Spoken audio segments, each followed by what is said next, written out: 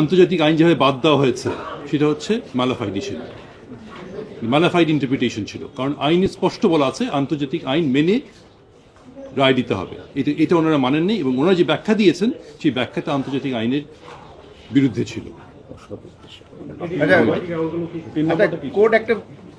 আচ্ছা, 3 নম্বর পয়েন্ট ছিল এই কেসের সাথেই রিলেটেড, সেটা হচ্ছে যে ফ্যাকচুয়াল পয়েন্ট ছিল। ফ্যাকচুয়াল পয়েন্ট হচ্ছে যে অনেক দূর থেকে দেখেছে, 3 কিলোমিটার থেকে আইডেন্টিফাই করেছে, 5 কিলোমিটার থেকে আইডেন্টিফাই করেছে। এটা হিউম্যানলি পসিবল না, একটা মানুষকে আইডেন্টিফাই করা 5 কিলোমিটার দূর থেকে। এটা ছিল 3 নম্বর পয়েন্ট।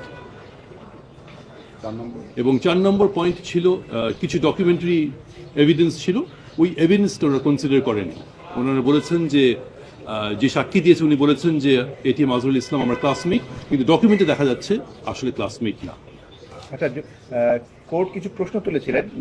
রিভিউটা কি আর্টিকেল 105-এ হয়েছে কি না, এটা নিয়ে প্রশ্নটা রেজ হয়েছে। আমাদের এটা ক্লারিফিকেশন করে দিয়েছি কোর্টকে আমরা, যে এটা রিভিউ নট আন্ডার আর্টিকেল 105, এটা রিভিউ হয়েছে কোর্টের ইনহারেন্ট পাওয়ারের আন্ডারে। এটা আব্দুল কাদের মোল্লা জাজমেন্টে ডিসাইড করা হয়েছে, এবং আমরা ওভাবেই এসেছি। মানে ট্রেডিশনাল ওয়েতে তাহলে রিভিউটা হয়নি? ট্রেডিশনাল ওয়েতে রিভিউটা হয়নি, এটা হয়েছে under courts inherent power, not under article 105। এটি তো আমার প্রথম কোনো রিভিউ থেকে আবার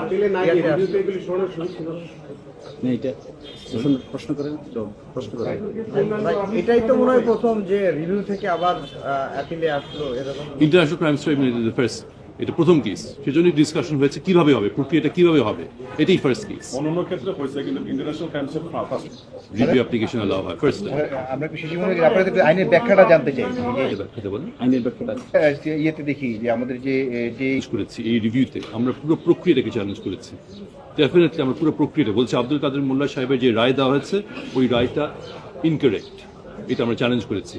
এখন যদি ক্রিমিনাল ফিল্ডে যখন শুনানি হবে, যদি আমাদের বক্তব্য অ্যাকসেপ্ট করে, অবভিয়াসলি এটা কোয়েশ্চেন রেজ হবে আব্দুল কাদের মোল্লা সাহেবের রায় এবং তার পরবর্তীতে যত রায় হয়েছে ওটার মিসক্যারেজ অফ জাস্টিস হয়েছে কিনা ওটা